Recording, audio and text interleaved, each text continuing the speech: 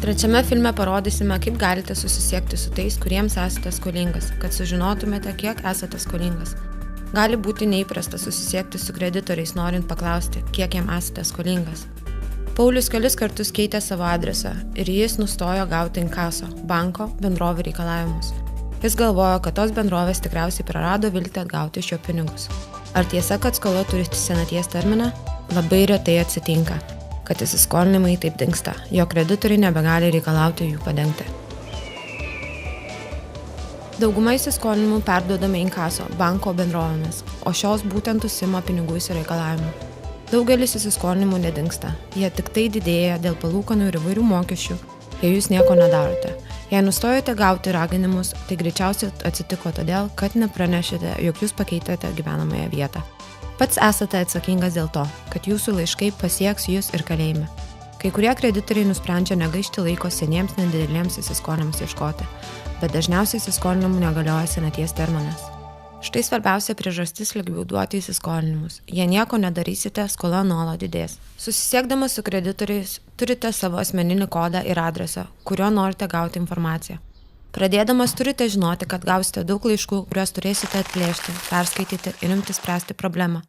Kadangi Paulius neįsaugojo visų dokumentų, jis turi susisiekti su visais, kuriems yra skolingas.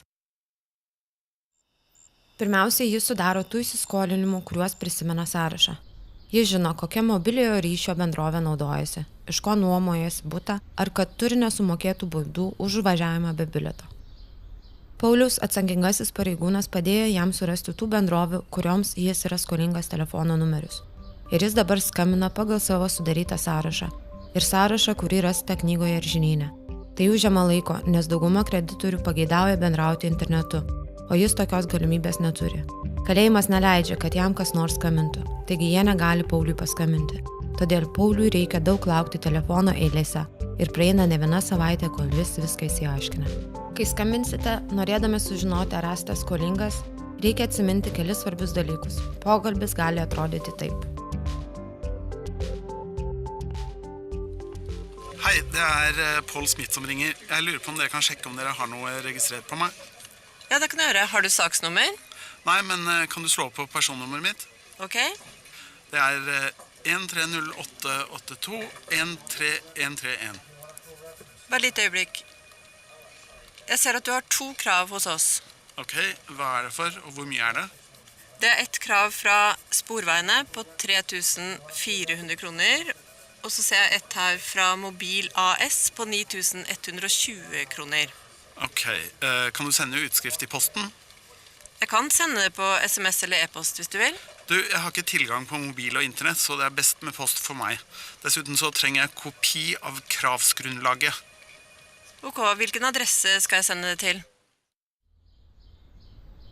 Daugelis kreditorių teigiamai reaguoja į tai, kad žmogus nori likviduoti skolas. Truputį vėliau pradeda plaukti laiškai į kalėjimą. Ir Paulius pradeda rūšiuoti sąskaitas bei suveda duomenis į lentelę.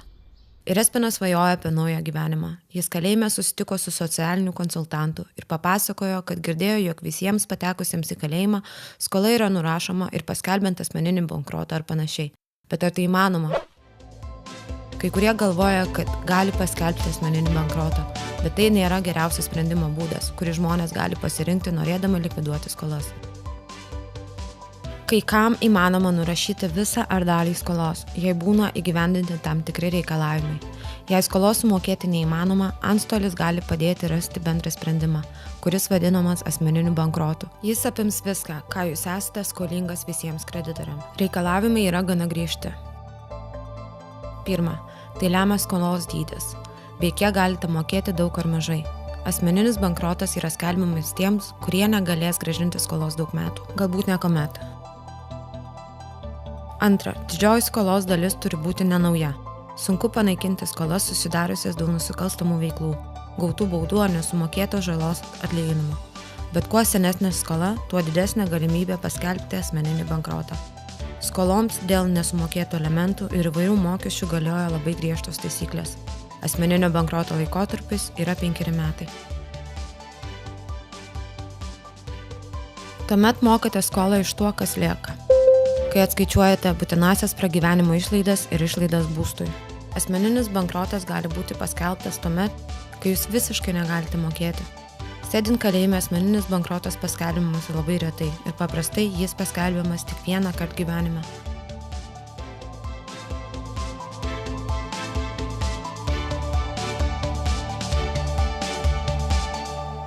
Išklausęs Espeną, kad šis yra skolingas mažiausiai 260 000, socialinis konsultantas pasako, kad mažai tikėtina, jog jam gali būti paskelbtas asmeninis bankrotas. Jis yra jaunas, turi puikią galimybę susirasti darbą ir didelį jo skolos dalį greičiausiai sudaro naujos kreditinės kortelės skolos. Bet kad jis galėtų ką nors konkrečiau pasakyti, jam reikia suskaičiuoti visas Espeno skolas. Pieras tai jau daro. Pieras įsaugojo visus laiškus su sąskaitomis, bet jų neatplėšė. Jis paprašė mamos, kad jam padėtų pradedant likviduoti skolas. Kai jis atplėšė ir rūšiuoja laiškus, pamato, kad dauguma sąskaitų yra priminimai dėl tų pačių įsiskolinimų. Jis galvojo, kad buvo įsiskolinimas daugybei kreditorių, bet pasirodo, kad skolingas tik 8. Pieras sudaro sąrašą, kuriame mato, kad jis iš pradžių buvo skolingas, kaip ilgai jis skolingas ir kiek jis buvo įsiskolinimas pradžioje. Taip pat jis parašo, kokią inkaso bendrovę priėmė įsiskolinimą ir kiek jis skolingas dabar, paskaičiavus palūkanas ir mokesčius. Dabar Pieras žino viską apie savo skolas, todėl maloniai nustemba, yra skolingas 100 000 kronų mažiau nei manė. Dabar pabandysiu daryti biudžetą, o mes kol kas pasižiūrėsime, kaip sekasi Espenui. Espenas mano, kad žino, kam yra skolingas. Tai šeimai, kreditinių kortelių bendroviai, už telefoną ir dar keliems žmonėms. Jis nenori skambinti telekomunikacijų bendroviai, nes jau skambino anksčiau. Jie atsakė jam parduoti telefoną įsimokėtinai ir jis iškeitė konsultantą. Espenui atrodo, kad jį traukia juodą į sąrašą. Ar yra tokie juodieji sąrašai? Taip, bet jie vadinasi pavėluotais mokėjimais. Espenas buvo užregistruotas kaip blogai atsiskaitantis ir būtent todėl jam neleido nusipirkti to mobiliojo telefono. Jei turite vieną ar kelis registruotus pavėluotus mokėjimus, jums gali atsisakyti išduoti kreditinę kortelę ar parduoti prekę įsimokėtinai, bet jūs galite atsikratyti šių pavėluotų mokėjimų registravimų.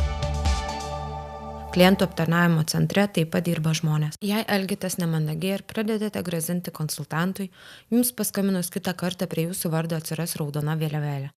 Tuomet jums bus daug sunkiau dėrėtis dėl skolos. Jei supykote, geriausiai mandagiai užbaigti pokalbį ir perskambinti kitą kartą. Jei negalite to padaryti, galite užuot skambinę parašyti laišką.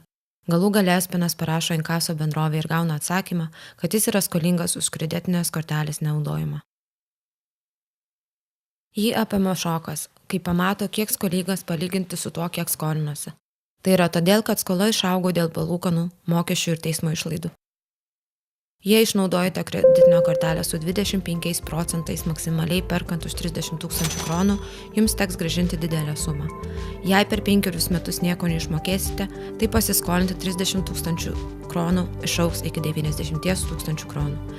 Tai juk 3 kartus daugiau nei pasiskolinote. O kur dar raginimai sumokėti mokesčius ir teismo išlaidos, tuomet 30 000 kronų, kurios jūs išleidote, pavirto suma viršijanti čia 100 000 kronų. Kitame filme supažindinsime, kaip sudaromas paprastas biudžetas.